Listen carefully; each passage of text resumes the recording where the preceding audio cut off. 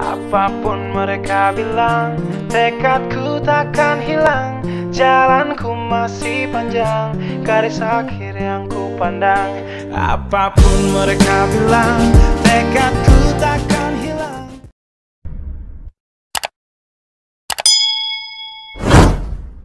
Assalamualaikum warahmatullahi wabarakatuh. Selamat pagi teman-teman, apa kabar semuanya hari ini? Alhamdulillah, pada kesempatan hari ini kita masih diberi kesempatan untuk bersama-sama lagi di acara Bincang-Bincang Faedah.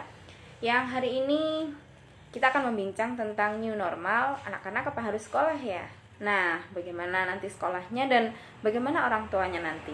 Nanti akan hadir bersama kita ibunda kita, Ibu Dr. Anda Hajah Isroif, Magister Pendidikan Islam.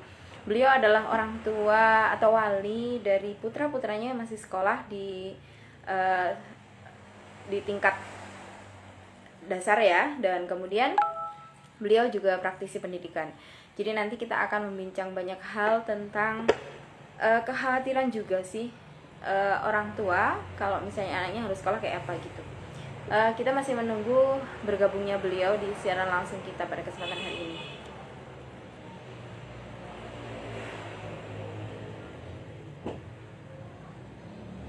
Oke, alhamdulillah sudah.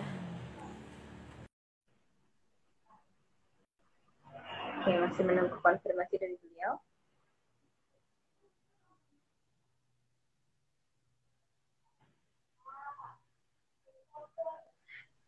Alhamdulillah. Oke, assalamualaikum warahmatullahi wabarakatuh, Ibu. Waalaikumsalam warahmatullahi wabarakatuh. Selamat pagi Mbak Nikmah. Pagi Bunda, apa kabar Bunda? Alhamdulillah, hari ini pagi yang cerah yang insya Allah penuh barokah. Amin. Kita dalam keadaan walafiat dan bisa menghirup udara segar. Selamat pagi juga kepada penggemarnya Mbak Nikmah Alma dalam Bincang Faedah pagi ini yang bisa bergabung. Iya Bunda. Bunda, ini masih work from home? Masih Iya WFH betul. Ya? Iya, tapi ini kan waktunya libur semester, jadi kita di rumah saja. Walaupun toh demikian, ini kita tiap hari ada beberapa tugas yang harus kita selesaikan, beberapa SE yang dikirimkan oleh instansi kita. Iya. Bunda, ini hari ini bincang-bincang faedah kita akan membincang beberapa hal yang terkait ini. Kan ada juga kekhawatiran dari ibu-ibu, dari orang tua, terutama ibu lah yang paling khawatir banget. Ini kan sudah masa new normal. Ada beberapa berita-berita yang sudah menyebar bahwa new normal anak-anak harus sekolah kan begitu. Nah, kalau misalnya ada pertanyaan new normal, kira-kira anak-anak harus sekolah, ini bagaimana Bunda? Begini Mbak Nikmah, itu sebetulnya di dalam new normal itu pun kan ada aturannya.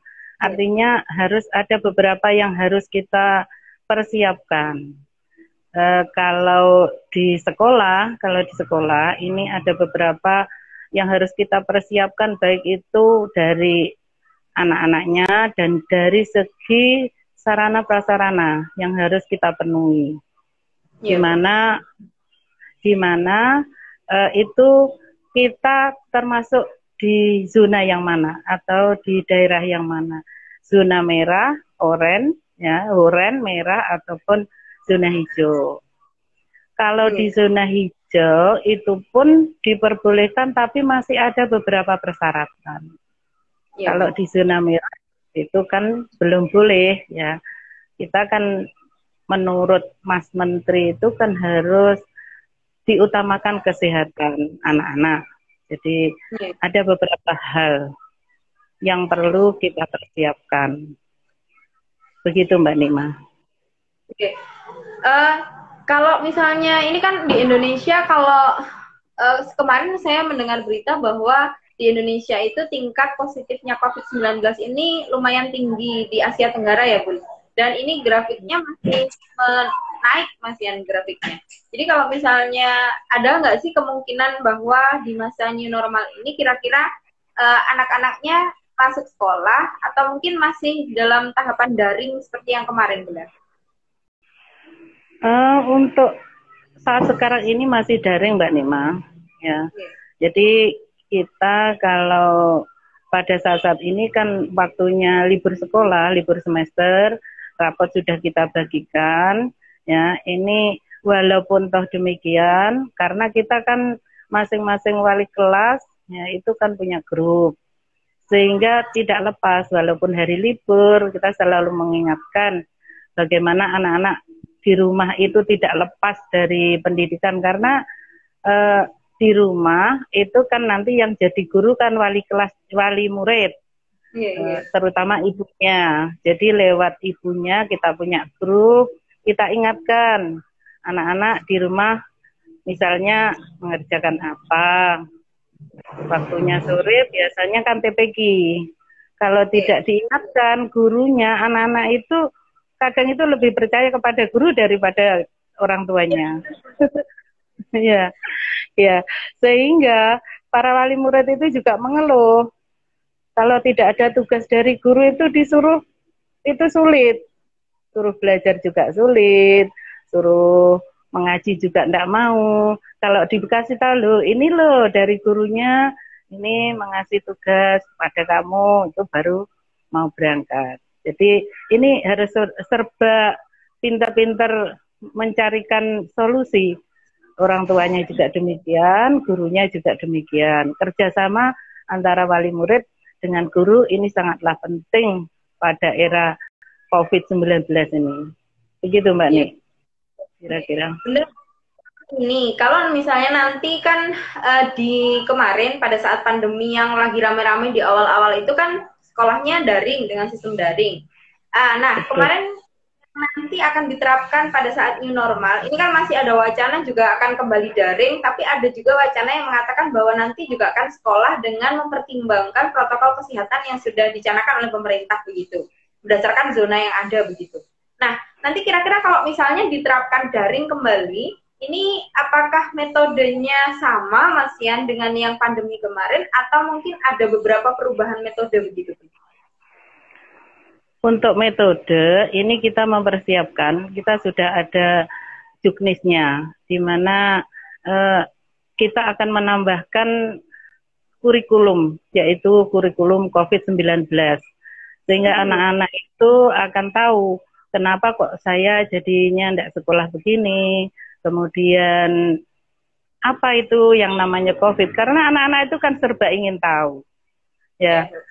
Kenapa tidak boleh sekolah? Kenapa kita tidak boleh keluar? Ya, anak-anak itu serba ingin tahu, sehingga ini ya sudah diberikan surat edaran bahwasanya untuk tahun pelajaran atau tahun pelajaran baru, tahun ajaran baru ini, ya. Untuk kurikulumnya ini ditambah kurikulum COVID-19, di mana isinya itu nanti mengenai tentang pengenalan ataupun tentang COVID-19, apa penyebab ataupun bagaimana nanti penyebarannya, anak-anak biar tahu sehingga mereka sadar dan mau untuk mengikuti apa yang disampaikan oleh orang tuanya ataupun oleh gurunya. Karena kalau saya ini kan di pendidikan dasar, anak-anak kan masih kecil-kecil, ya. Sehingga pada anak-anak yang masih kecil itu rasa ingin tahunya itu semakin tinggi, malah lebih tinggi daripada orang tua. Sering bertanya kepada orang tuanya, kok tidak boleh keluar atau tidak boleh ke sana, kemana, ke sini. Sehingga itu perlu kita kenalkan kepada anak-anak. Dan ini sudah mulai kurikulum ini kita kerjakan bersama-sama sesuai dengan tingkatannya masing-masing. Kurikulumnya yang materi COVID-19 ini menyeluruh seluruh Indonesia atau hanya pada apa Bu? Inovasi di beberapa sekolah saja, Bunda? Betul, ini seluruh Indonesia. Ya, jadi bukan beberapa sekolah. Ya, sesuai dengan tingkatannya kita oleh pemerintah ini disuruh mempersiapkan Kalau pendidikan dasar itu ya apa yang harus kita berikan pada anak-anak tingkat dasar. Pendidikan menengah juga demikian. Sampai Gitu, Mbak pendidikan Nina. semuanya terkait COVID ini, Bunda.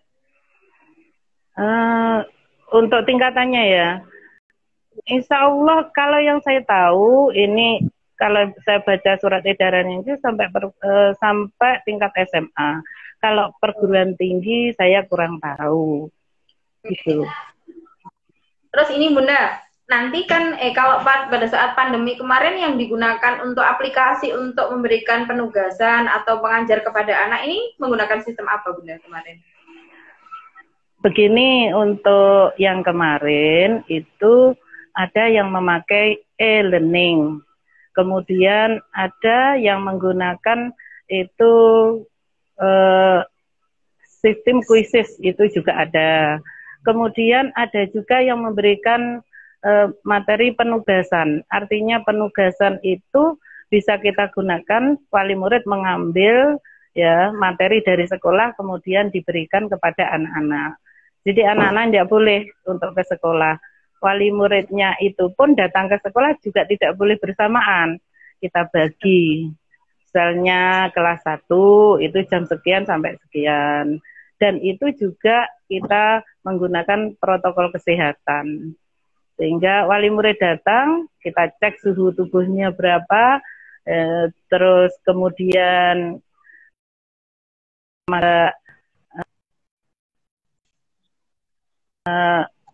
apa itu masker ya baru boleh masuk ke dalam lingkungan sekolah. Itu harus menggunakan protokol kesehatan. Itu yang kami sampaikan kepada wali murid. Begitu Mbak Nima. Terus ini Bunda kan juga sebagai wali murid punya putra yang juga masih sekolah. Nah, kira-kira secara psikologisnya anak selama belajar di rumah, terus kemudian ini bagaimana Bunda? Begini, kalau yang saya alami, kalau anak saya kan sudah besar-besar. Jadi yang saya gunakan untuk anak-anak ini begini. Kalau di rumah waktunya ngaji, anak saya kan di pondok. Waktunya ngaji itu setelah ba'da maghrib itu harus ngaji seperti yang ada di pondok. Kemudian kakak-kakaknya itu kan juga bergerak di bidang pendidikan. Ada yang bahasa Inggris, bahasa Arab, pendidikan agama. Itu saya suruh ngelesi. Biar tidak blank, Mbak Nima. Jadi kembali sekolah lagi lupa dengan pembelajarannya kan repot kita. Terus kalau yang kita terapkan kepada siswa-siswi kita yang masih kecil-kecil di tingkat dasar itu juga demikian. Sebelum mengerjakan tugas dari gurunya itu ya kita pembiasaan dulu. Ya, pembiasaan. Tidak boleh lama-lama karena kita juga tidak boleh memberikan tugas terlalu lama. Kemudian setelah itu mengerjakan tugas 30 menit, berdoa, dan walinya memberikan laporan kepada wali kelas lewat foto, ya, sehingga itu tetap terpantau. Dan kita juga ada kewajiban untuk memberikan laporan kepada Kemenak ya, karena saya di bawah Kemenak. Kira begitu Mbak Nima. Kalau misalnya dari sisi anak-anak sendiri, misalnya apa ada Bunda? Kalau misalnya wali muridnya yang dari siswa-siswanya itu istilahnya mengadu kepada gurunya. Ya psikologis anak saya begini gitu, ada nggak Bunda? Ketika belajar di ada, bahkan banyak sekali. Banyak sekali. Iya.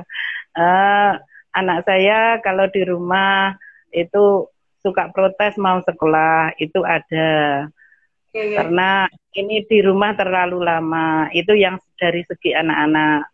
Kemudian mau keluar juga tidak boleh. Nah, kemudian anak-anak seringkali bertanya, kapan sekolahnya ini masuk? Kok lama sekali ya? Kayaknya kan sudah 3 bulan lebih ya Mbak Nima, 3 bulan lah kita anak-anak itu di rumah. Setiap saya keluar rumah ketemu wali murid itu tanya kapan Bu ini masuknya. Ya kita kan mengikuti aturan kesehatan. Ada juga yang orang tuanya itu tidak boleh, artinya begini ya di rumah saja takut karena ada pandemi, itu ada juga macam-macam itu wali murid. Nah untuk mengantisipasi anak-anak itu kangen dengan sekolahan, kami ya dari lembaga pendidikan yang saya pimpin itu MI Al Hidayah 1, itu pada waktu semesteran Mbak Nima, anak-anak saya suruh pakai seragam sekolah. Jadi ketika mengerjakan pada waktu pagi kita kasih waktu jam 8 sampai jam 9. Ya, berdoa pembiasaan dulu, kemudian sampai jam 9 itu di rumah kalau waktunya memakai seragam hijau putih, itu juga pakai seragam hijau putih. Kemudian apa waktunya itu selalu kita pakai, kemudian juga pakai masker. Dan maskernya dikasih dari sekolah. Sehingga itu dipakai dan anak-anak suka itu. Laporan dari wali murid ya. Wali murid itu seneng, katanya lebih anak-anak itu lebih rajin. Karena pagi mandi kemudian pakai seragam sekolah. Sedikit mengobati rasa kangen. Gitu Mbak Nima. Ini ya Bun ya, psikologis anak kalau misalnya paling suka itu kalau misalnya ngumpul sama teman, bermain sama teman, terus kemudian ada sisi-sisi nggak jauh-jauh. Nah dia aja kalau misalnya kangen sama gurunya bilang malam itu nangis, Bun aku kangen sama bu guru. Jauh beda mungkin siswa-siswa yang ada di sana juga seperti itu ya Bunda ya. Betul, betul. Bahkan kadang ada yang itu ketika wali muridnya ke sekolah, kemudian mengambil tugasnya anak-anak itu, ya, karena di daerah kita itu kan daerah dekatnya pegunungan Mbak Nima. Sinyal itu kadang kan sulit, maka kita kadang memberikan tugas offline, sehingga anaknya ikut itu ke sekolah. Ikut ke sekolah, kemudian dia salim sama guru-gurunya, dikasih tahu enggak boleh ya tetap salim karena dia itu pengen kangen katanya. Tapi kita sebelumnya anak masuk itu kan kita suruh disemprot dulu tangannya pakai hand sanitizer, cuci tangan. Ya enggak apa-apalah, insya Allah kan aman ya. Dan insya Allah di sekitar kami ini semoga tidak ada yang terjangkit virus corona ya. Sehingga anak-anak itu tenang. Terus nanti kalau misalnya mungkin ada sisi perbedaan, tadi ada penambahan kurikulum COVID-19 tadi ya Bunda. Tapi untuk sistem pembelajaran kalau memang nanti diterapkan daring, itu apakah hampir sama atau mungkin ada sisi perbedaan yang lainnya? Hampir sama Mbak Nima, hampir sama. Ketika anak-anak itu masih harus belajar dari rumah, itu kita berikan materi pembelajaran itu ya yang ringan, kan tidak boleh memang yang berat-berat itu.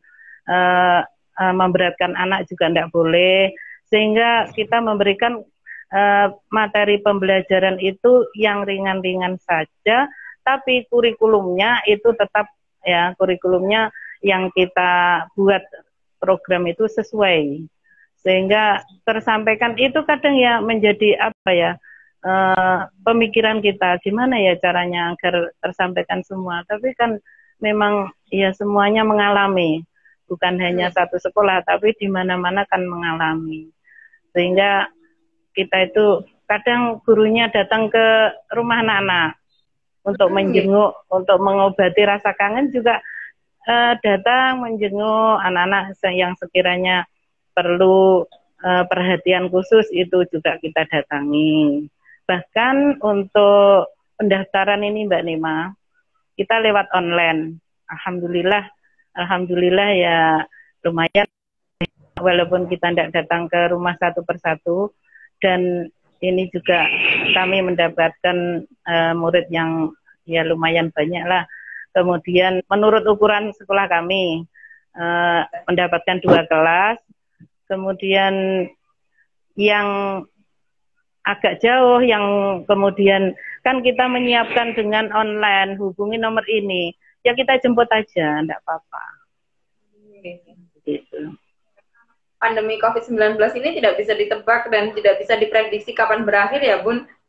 Andai semuanya mau, kan tidak semuanya mau mengikuti protokol kesehatan. Sekarang banyak yang orang-orang itu sudah melepas masker udah. Nah ini yang menjadi polemik juga. Semakin disuruh anteng di rumah, kalau nggak ada perlu keluar gitu, misalnya kalau ada perlu baru keluar, ini agak ini, apalagi tempat wisata sudah mulai dibuka sekarang. Nah ini lagi, kalau misalnya nanti benar-benar ya, ini kan ini sudah, apakah sudah dipastikan bahwa ini nanti yang semester ke depan ini daring juga? Sudah dipastikan daring begitu? Atau masih ada kemungkinan untuk masuk? Saya kira begini Mbak Nima, kalau melihat perkembangan kita yang ada di Tulungagung, ini kok masih daring, kelihatannya begitu. Tapi kita kan belum tahu ya, semoga cepat berlalu, kan gitu deh. Ya, harapannya seperti itu. Ya. Jenuh juga dari rumah. Iya, Mbak Nima kan juga jenuh tuh kalau nggak keluar. Soalnya di rumah, di depan laptop aja, di depan HP, Masya Allah, kok gini-gini aja nggak ada pandangan yang luar begitu. Ya memang, apa ya, kondisi-kondisi seperti ini yang memang agak rumit juga. Berarti memang belum ada, ini ya Bunda, masih diwacanakan bahwa satu semester ke depan ini dilaksanakan dengan sistem daring begitu nggih? Iya, begitu Mbak Nima, kelihatannya begitu. Walaupun kita juga sudah ada nanti tanggal 15 itu masuk, kan liburnya sampai tanggal 13, tanggal 15 itu masuk, tapi masuknya yang kayak gimana kan belum tahu kita. Sesuai dengan keadaan, dan kita nunggu instruksi dari atasan, di mana memang walaupun sudah hijau pun kan ada 6 syarat itu untuk memasukkan anak. Ya, syarat pertama itu memang kita sudah hijau betul. Kemudian yang syaratnya kedua ya, untuk ini adalah jika kantor wilayah ini sudah mengizinkan kita untuk masuk, atau ya kalau kita ya Kemenak Jatim ya. Kemudian setelah itu ya juga izinnya orang tua bagaimana, sudah boleh apa belum anaknya sekolah, kan itu menjadi pertimbangan kita juga, dan kita tidak berani. Misalnya kita mau memasukkan sendiri, anak-anak udah aman biar masuk aja, tidak berani Mbak Nima. Kalau ada apa-apa yang bertanggung jawab nanti kan ya sebagai pimpinan nanti kan bertanggung jawab, kan takut dah. Ya, ya kita ngikuti aja. Berada di karantina itu dari usia-usia anak ada lumayan ya Bun. Kemarin saya lihat datanya itu ada 6 apa 7 gitu. Usia ada yang 7 tahun, ada yang 10 tahun, ada yang 14 tahun begitu. Banyak juga yang masuk di Rusunawa itu kemarin. Iya betul, itu kan kasihan Mbak Nima. Kalau anak-anak sampai di karantina, anak-anak itu tidak berani sendiri, pertama kan gitu ya. Otomatis kan dengan orang tuanya, kan ngopeni anak-anak yang di karantina, anak kecil dan orang dewasa kan ya lebih sulit anak-anak kecil. Ya kita berharap jangan sampailah, kasihan kalau anak-anak sampai kena COVID. Dan biasanya berkumpul dengan keluarganya, tidur dengan orang tuanya, kemudian dia sendiri kan ya sangat repot sekali gitu loh Mbak Nima. Ya akan mempengaruhi jiwanya si anak juga akhirnya Bunda ya. Iya betul. Mudah-mudahan COVID-19 ini segera berakhir ya Bun. Soalnya kata teman-teman yang di ilmu biomedik UGM itu mengatakan bahwa memang virus ini ada kemungkinan untuk mengalami transmisi lagi, dan ada kemungkinan dia juga akan terus berkembang.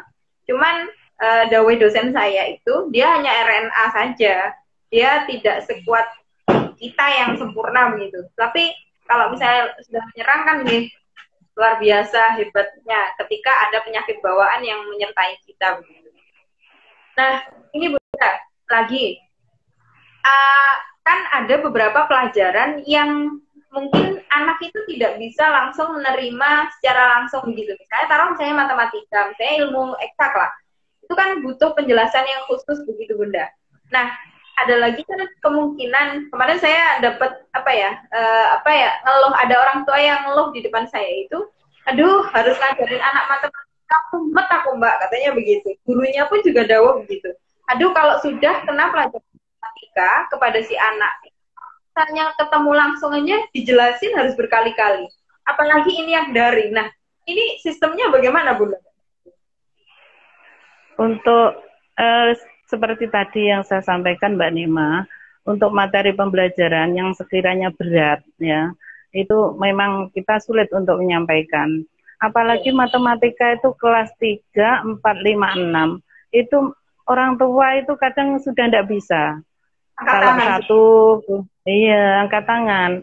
1, kelas 2, kelas 3. Ini insya Allah mendampingi masih bisa untuk bagaimana caranya untuk menyampaikan kepada putrinya. Tapi kalau sudah kelas 4, 5, 6, itu saya kira sulit. Saya sendiri kan bukan bidang saya juga sulit untuk mengajarkan. Pilih les nih. Begitu. Ya, belum kita sampaikan secara maksimal kalau itu Mbak Nima. Yang kita berikan ya yang ringan-ringan saja, yang kira-kira anak itu sudah mengerjakan, sudah bisa mengerjakan. Ya, memberikan materi misalnya untuk untuk PAT ya, penilaian terakhir itu, penilaian akhir tahun ya, kita berikan kepada anak. Ya, ini materi-materi pelajaran keseluruhan.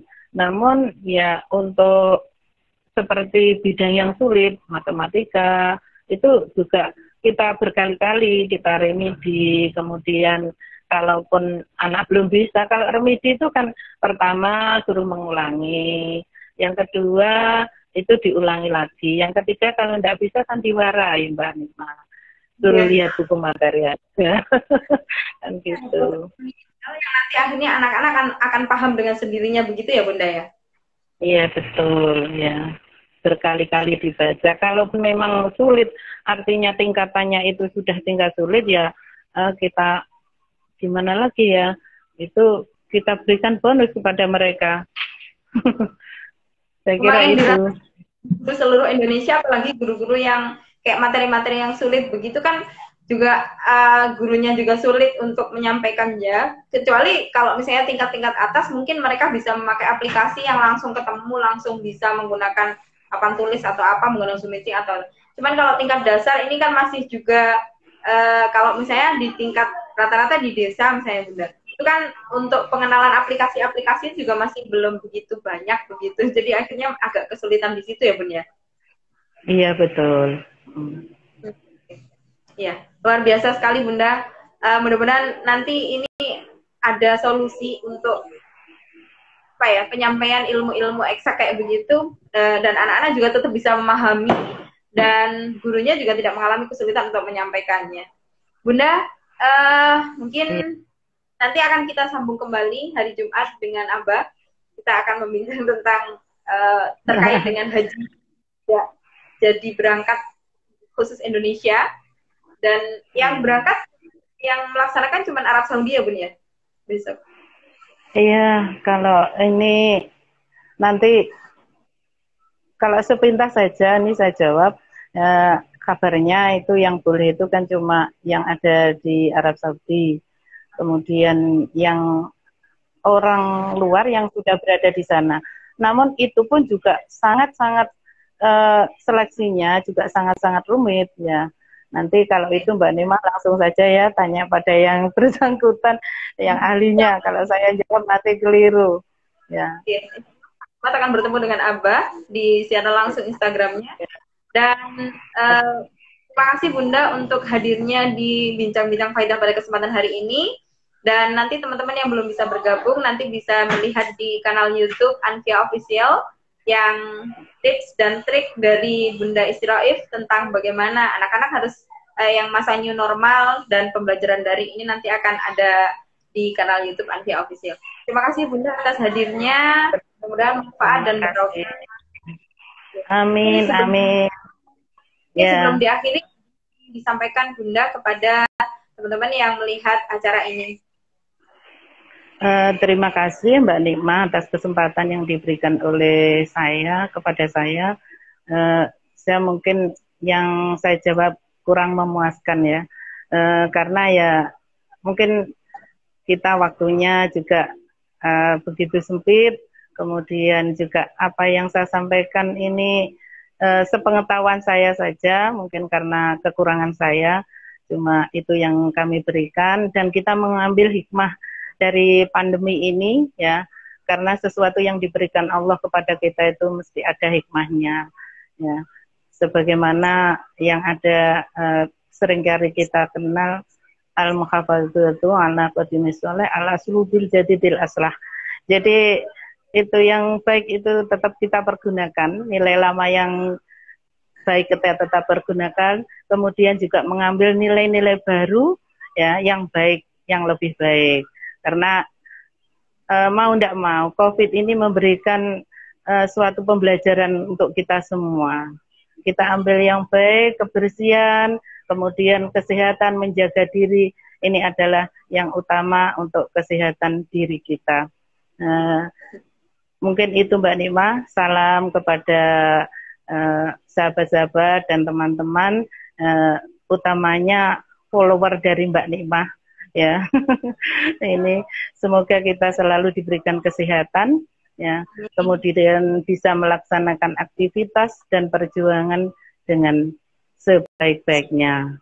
Insya Allah ini cara benar dari Allah, kalau salah ini karena semata kekurangan saya.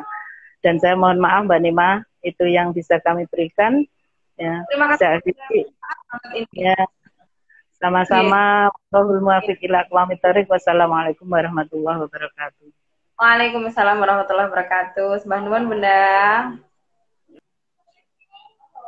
Baik teman-teman yang berbahagia, demikian tadi perbincangan kita dengan Ibunda Istiroif dalam acara Bincang-Bincang Faedah edisi New Normal Live Anak-anak Harus Sekolah. Nah, bagaimana tentang psikologi yang tadi sudah disampaikan banyak hal oleh beliau.